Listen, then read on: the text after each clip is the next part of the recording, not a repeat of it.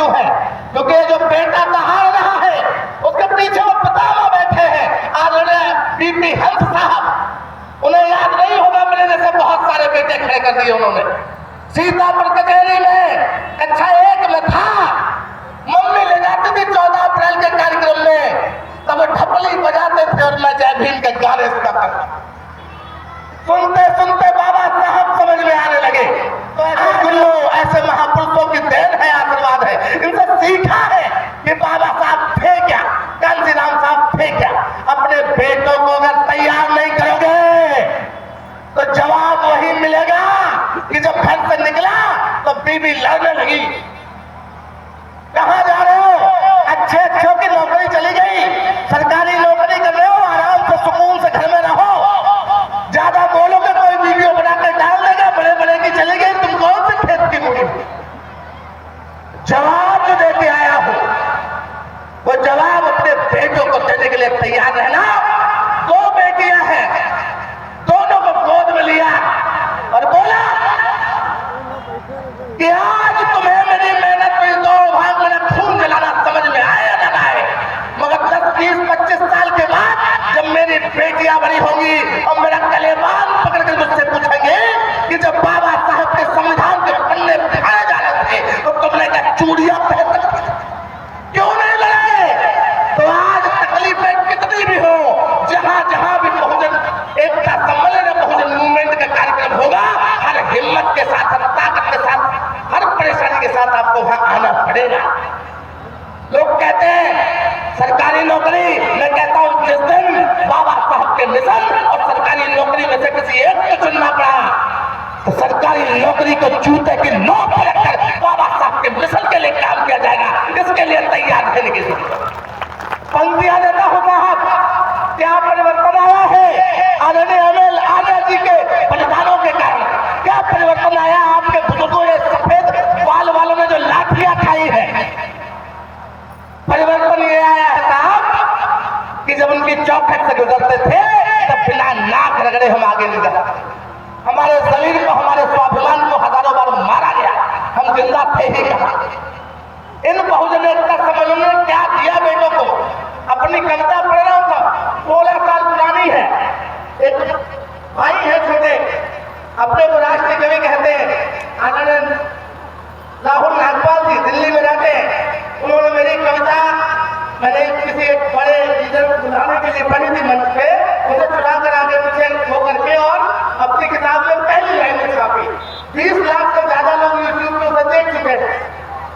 तो अपनी ट्रिक ठोकी, मैंने कहा अच्छा लग रहा है, मतलब कि राष्ट्रीय स्तर के कवि आपकी कविताएं चुरा चुरा कर अपनी किताबों में छापते हैं। वो पंक्तियां देता हूं साहब, क्या परिवर्तन आया है कि तुम्हारी चौखटों पे से ये रखता नहीं हूं मैं, तुम्हारी चौखटों पे से ये रखता नहीं हूं मैं, हजारों बार मारो किंतु अब मरता नहीं हूं मैं, तुम्हारी तोप और बंदूक से मुझको क्या डराएगी, तुम्हारी तोप और बंदूक से मुझको क्या डराएगी, तुम्हारे बाप के भी बाप से डरता नहीं हूं मैं। डॉक्टर साहब आपको समर्पित करता हूं। लोगों ने कहा हंगामा बटवा साहब, हंगामा बात के लिए नहीं है। उनको लगा बाबा साहब ने संविधान लिखा, 400-500 साल में इन बहुजनों को अकल आएगी तो परिवर्तन 400-500 साल के बाद आएगा। इतनी जल्दी परिवर्तन कि जिन्हें वो अपने जूते के तलवे के नीचे नहीं समझते थे, 4 बात राजा की कुर्सी तक पहुंच गए। हंगामा किस बात का है साथियों? कि दिल का दर्द आंखों से निकल बैठा तो हंगामा, कि दिल का दर्द आंखों से निराह चल बैठा तो हंगामा। मनुवादियों ने शोर मचाया, गांधी ने पत्थरों में पैसा बर्बाद कर दिया। मनुवादियों के वंशज ये बात कहते, बात समझ में आती है, मगर बहुजनों का बेटा जब ये कहता है कि बहन जी ने पत्थरों में पैसा बर्बाद कर दिया तो कलेजा फट जाता है। राजपूत कहते जो जयपुर में बड़े बड़े राजपूताना किले बने हुए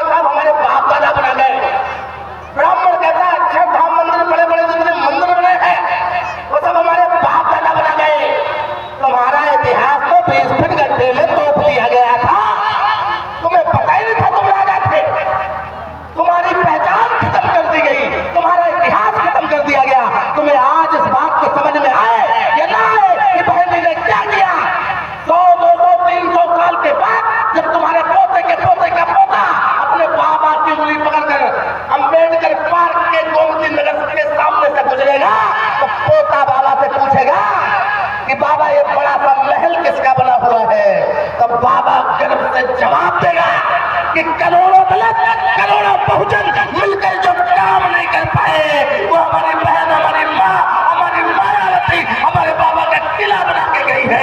वो साफ मूर्तियां नहीं है, वो तुम्हारा इतिहास है जिसे तुम भूल गए। पंक्तियां देता हूं कि हक के लिए छाती पर चढ़ना छोड़ दोगे क्या? कि हक के लिए छाती पर चढ़ना छोड़ दोगे क्या? लगाकर मूर्तियां इतिहास गढ़ना छोड़ दोगे क्या? लगाकर मूर्तियां इतिहास गढ़ना छोड़ दोगे क्या? और करे अपमान मेरे भीम के सम्मान का जो भी करे, अपमान मेरे भीम के सम्मान का जो भी, तमाचा गाल पर उसके हाथ चढ़ना छोड़ दोगे क्या? तमाचा गाल पर उसके हाथ चढ़ना छोड़ दोगे क्या? जय भीम के सम्मान में पदोन्नतियों में आरक्षण खत्म हुआ। एक बहुत बड़ा हाल है, वहां कम से कम 50,000 आदमी इकट्ठा, पूरे प्रदेश से बड़े बड़े अधिकारी, बड़े बड़े कर्मचारी। मैं बड़ा खुश कि साहब बाबा साहब के लिए इतने लोग इकट्ठे हुए जो जय भीम कहने से भी बगले झांकने लगते थे, वो सब मंचों पे खड़े हो गए। उसके बाद एक लग के अन्य झांक बोले साहब बाबा साहब के लिए इकट्ठे नहीं हुए, इनके पेट में लात पड़ी है। जो इंजीनियर थे वो बाबू हो गए, जो बाबू थे वो चपरासी हो गए, बड़े बड़े अधिकारी के पद से नीचे आ गए हैं, इसलिए इनको बाबा साहब में बैठ कर याद आ रहे हैं, वरना इनको बाबा साहब से कोई मतलब नहीं रह गया। बाबा साहब कहते थे कि हमें पढ़े लिखों ने धोखा दिया, सब पढ़े लिखों ने धोखा नहीं दिया, इन मक्कार हराम खोर अधिकारी कर्मचारियों ने धोखा दिया, वरना बाबा साहब का मिशन रुकने वाला नहीं है। पंक्तियां देता हूं कहा, जय भीम कहने से कतराना नहीं है। मिले जो पंख उनको फड़फड़ाना छोड़ दोगे क्या? कि मिले जो पंख उनको फड़फड़ाना छोड़ दोगे क्या? कि भूखे बादों से चिड़िया लड़ाना छोड़ दोगे क्या? और यही अम्बेडकर, हाँ भीम बाप थे मेरे, कि मारे शर्म के ये भी बताना छोड़ दोगे क्या? कि मारे शर्म के